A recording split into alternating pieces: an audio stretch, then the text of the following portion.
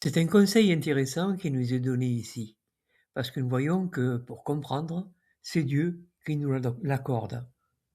2 Timothée chapitre 2, le verset 7 nous est dit: «Pense constamment à ce que je dis. Le Seigneur te rendra capable de comprendre toutes choses.» Pense constamment à ce que je dis veut bien dire étudier les Écritures, même si nous ne comprenons pas tout. Dieu peut nous rendre capables de comprendre toutes les choses.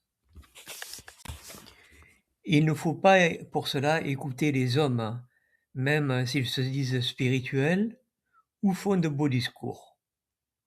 Paul, en disant pense constamment à ce que je dis, veut dire qu'il faut l'écouter, lui. La raison en est, c'est qu'il a reçu l'Esprit Saint. Donc il nous faut comprendre que tous ceux qui ont reçu l'Esprit Saint sont dignes d'être écoutés. Nous ne pouvons donc avoir la vérité que dans la Bible. Et si c'est pour cette raison que nous devons l'étudier. Et n'oublions pas que c'est Dieu qui donne la compréhension. Il est évident aussi qu'il donne la compréhension quand il y a besoin. Nous pouvons remarquer que Paul ne dit pas « peut-être » que le Seigneur te rendra capable.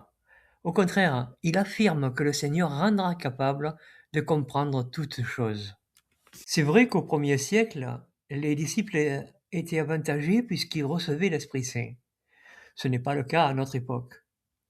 Mais comme il est dit, c'est un bûcheron qu'on devient bûcheron. C'est-à-dire qu'en travaillant dans la compréhension de la Bible, et il vient un moment où on engrange la connaissance. Même si on trouve qu'on a peu de connaissances, cela suffit. Il ne nous demande pas de comprendre toute la Bible. Et comme nous le voyons dans ce verset, cela dépend de Dieu. Il est évident que celui qui lit la Bible sait ce qu'est le péché. Cela montre qu'il peut comprendre beaucoup de choses, sans comprendre toute la Bible.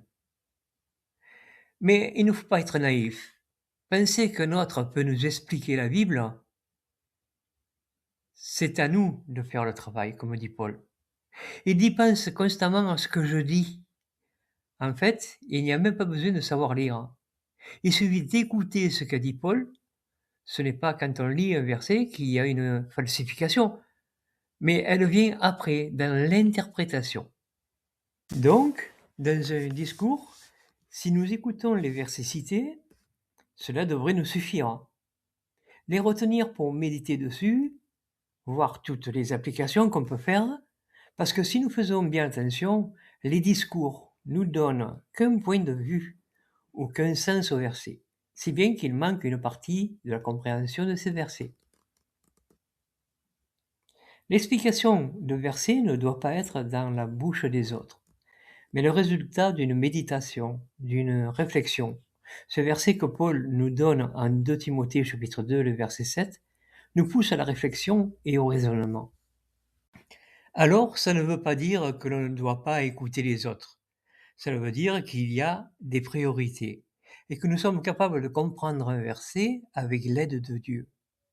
Et si nous ne comprenons pas, que ce n'est pas encore le moment de comprendre pour nous. La Bible n'est pas un piège, elle est là pour nous instruire, pour nous faire comprendre la volonté de Dieu selon nos capacités.